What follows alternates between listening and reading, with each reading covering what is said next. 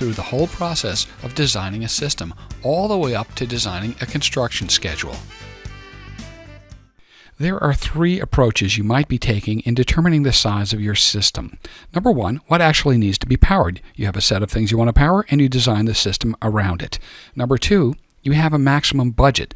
So you're going to determine the incentives available, add that free money you're going to get, find the best deal on solar panels, and spec about 40 to 50% of your money depending on the price per watt you're getting, as I showed you earlier on the solar panels, and go from there. Number three, you want to power everything in your house. You have an unlimited budget. You're going to do away with your electric bill. So you look at your electric bill, find the kilowatt hours you actually use a month, multiply that by 6 if you have 6 hours of sunlight, use the charts as I showed you, and add about 15% elbow room. So we're going to use number one as our example and walk all the way through the system.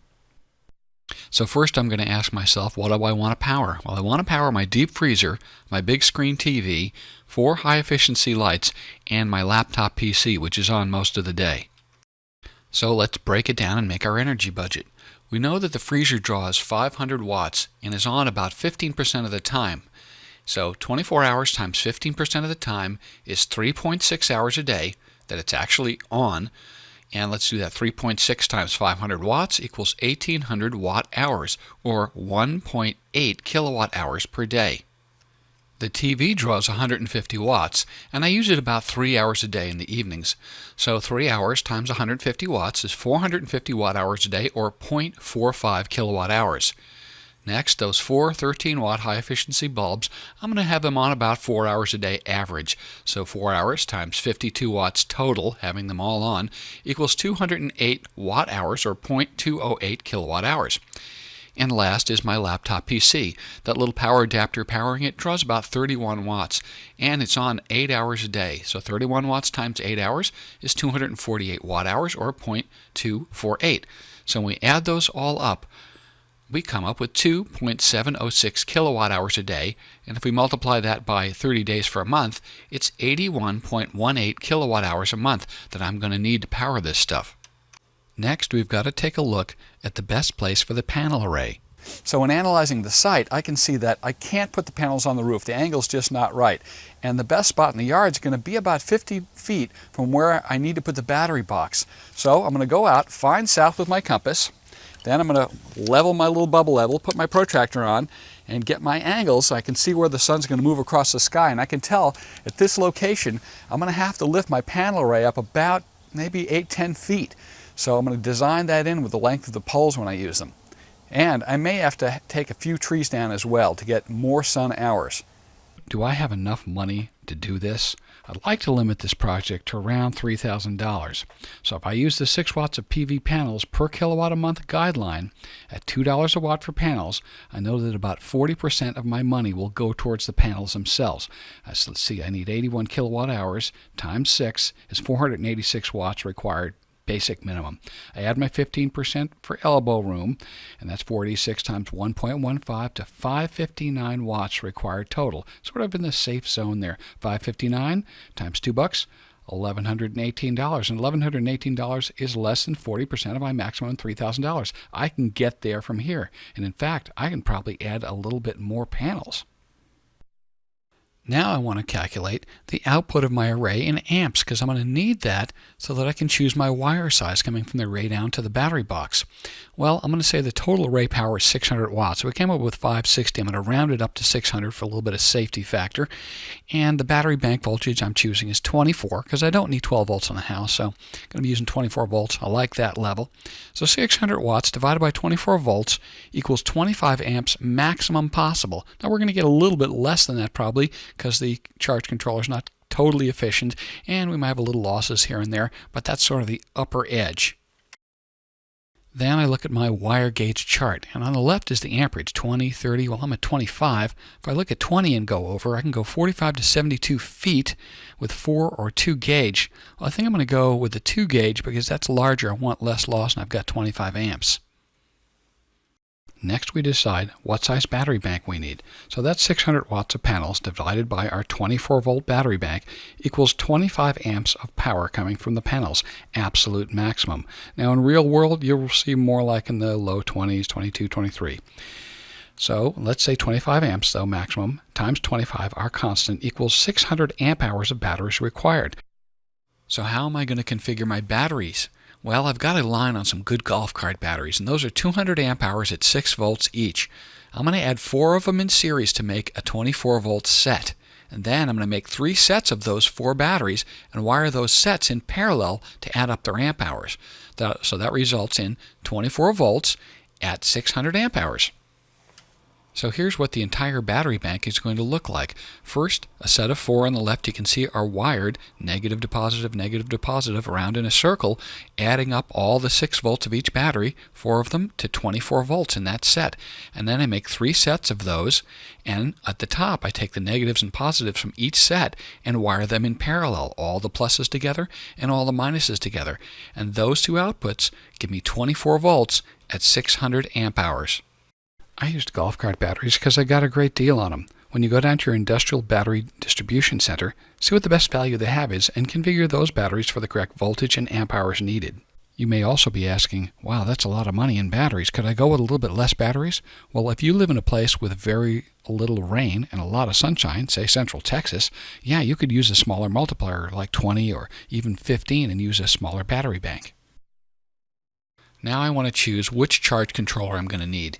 So I have a 50-foot wire run coming in from the array to the battery box. So I can run about 2 times the battery voltage coming in from the array would be safe.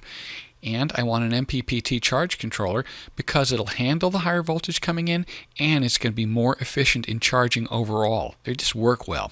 Number 3, I know that I have about 22-23 amps maximum coming in from the array, so the charge controller needs to be rated for that kind of amperage. I think I'll select a 30 amp MPPT charge controller that can handle at least 60 volts on its input, and that's about 375. So what about my solar panels themselves? I think I'll buy 4 150 watt panels for $300 each, and you can probably do better. Now their output is 28 volts at 5.5 amps each. Now on your label on the back, remember IP max, IPM, it's going to have that rating. They said 5.5 on the back of these. So I think I'll wire them in the classic 2 sets of 2 configuration. That's 2 of them in series, negative to positive, and then wire the 2 sets in parallel their negatives and positives, the 2 sets in series. That'll give me 56 volts coming in, which my charge controller can easily handle, and 56 volts is fine for my 24 volt batteries. Remember that even though the array's output is going to be 56 volts at 11 amps or so, the charge controller is going to convert that all down to 24 volts for charging the batteries and double the amperage. Now before we select our inverter, we need to know what the maximum draw possible is from using all our appliances if they were turned on all at once. So we add that up. 500 watts for the freezer, 150 for the big screen TV, 52 watts for the 4 bulbs, and 31 watts for the laptop. So that's 733. But I know that a freezer draws more when it starts up and that compressor kicks in, so I'm going to add 50% over its specification and give it 750 watts. Now that totals up to 983 watts total possible instantaneous draw. So we need that elbow room there. We're right around 1,000 watts. So what wire gauges am I going to use?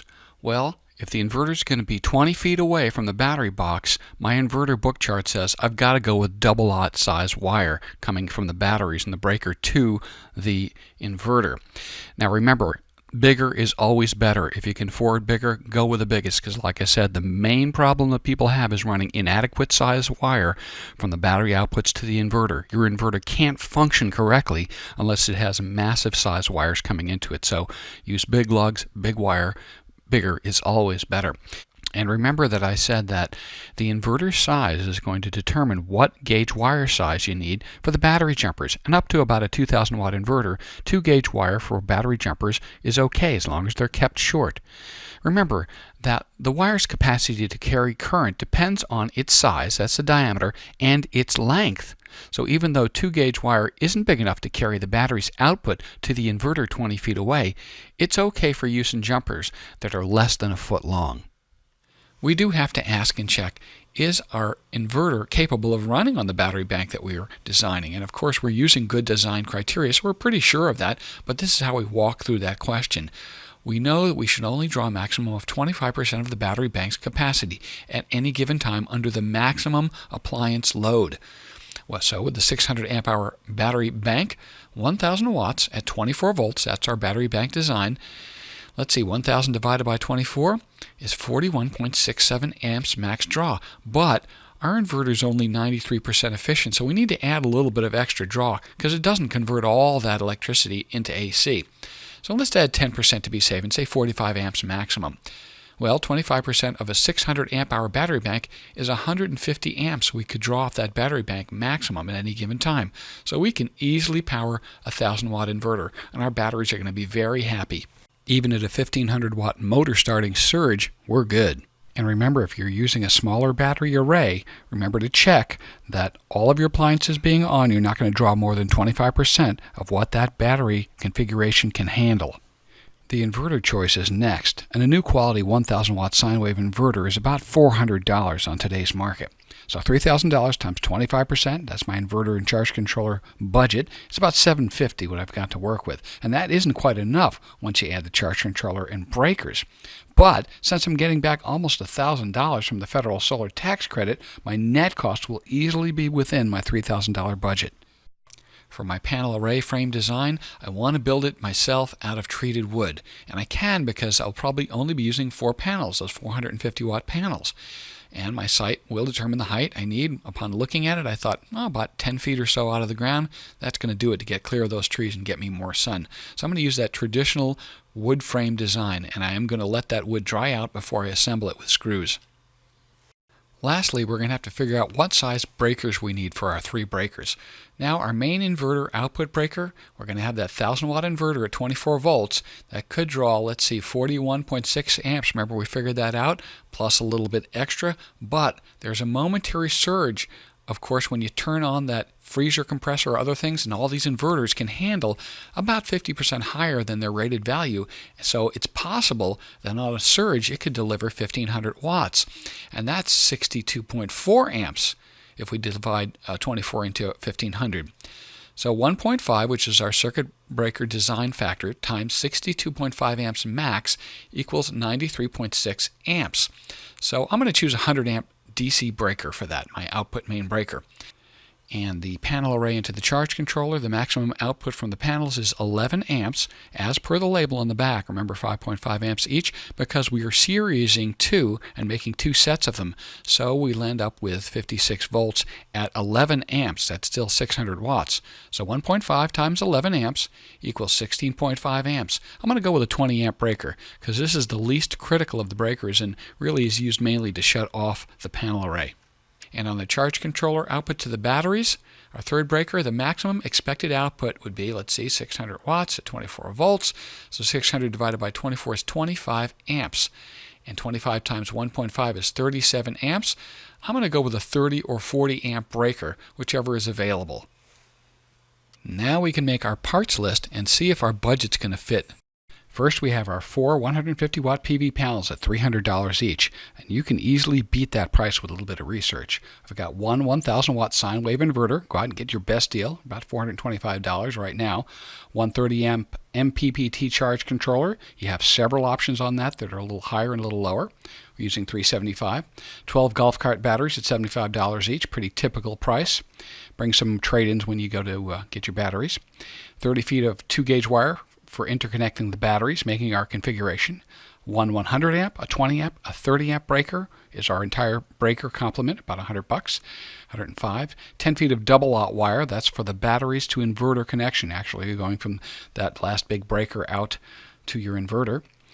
And 2 AC pull boxes and a 12-volt fan. Going to need those. 12 volts to exhaust the gases from the box. You can use that. Now we've got wood, hardware, and cement for the battery box. We've got wood and hardware for the panel frames. You can scavenge some of that stuff, buy some new. I'm putting $70 down. I certainly could put it together for that. We've got a ground rod, some bare wire to go to it, and clamp, around $25. 100 feet of wire for the array to battery box. Yours might be closer or further away. And we've got a DC breaker enclosure if you want to buy a professional one. Or you can buy the plastic project boxes from Radio Shack and put them in there. Total on that is a nice even $3,500. But since you've got 30% tax credit back, $2,450 is your total out-of-pocket net cost. Not bad for this kind of system. So here's what a prospective construction schedule might look like for the project. First, I'm going to order and procure all of my parts and get the best deals I can, especially on the big ticket items. Then I'm going to design my battery box size according to the batteries that I have and the way I'm going to wire them up. And of course all the parts and the placement in that box with extra room for things like bottles of distilled water and such. Then I'm going to fab the box base up either with the cement form or by using the construction pads and build the battery box on it. Remember not to secure it because you want to take the battery box off, put your batteries on first, and then put the battery box over it. The battery box is lighter than the batteries. Then design and fabricate the panel frame and the stand on the ground. Of course, let that wood dry out a little bit before you do that. Then install the panels on the frame and wire them all up, pre-wire them, and then erect the array and add the ground rod at the bottom of the array and a pull box down there if you have a disconnect box. Fab up the jumpers and wire up all the batteries and add a ground rod next to your battery box. Install the charge controller and the breakers and the circuit breaker box. Then install the array pull box and wire run to the battery box from the array, and then install the inverter and wire it to the big breaker. And then you can connect your array's output power to the charge controller inputs through the breaker, but do not turn them on yet. Just keep them off. Then connect your power to the charge controller from the batteries because you want to fire up the charge controller and set the settings as per the manual. It's going to pretty much know some of the things and some of the things you'll have to set. Then wire up the Romex AC wiring from the inverter output to the outlets in the house or wherever you're going to run that AC power, and then test the inverter off of the batteries. You don't have to have the panels connected up as long as there's a charge in the batteries. Turn on the big breaker and test the inverter and see if it's working. Then lastly, turn on the breaker from the array and check the charging current coming into the charge controller and out to the batteries. At that point, it's time to kick back and smile. Here's some bonus inside tips on reducing your costs when you're buying your equipment. Number one, check for blems or blemished PV panels from your supplier. A lot of times these panels put out a little bit less or a little bit more than the stated spec, but you'll get considerable savings, and I've gotten very good values on blem panels. Number two, organize a group buy to get a quantity discount. Dealers are very willing to give you a discount once you start to get the numbers up. Check industrial battery suppliers for good batteries pulled from heavy equipment. This means forklifts and all these heavy-duty deep cycle batteries. They sometimes cycle them out and you can get them for half cost. Look for used inverters, of course on eBay and such, and you can find top shelf units for much less money. And lastly, look at metal scrap yards because a lot of times you can find used wire. New copper is very expensive. Just be sure you get the right gauge. Your new system is going to generate free power for decades. It's something you can really be proud of.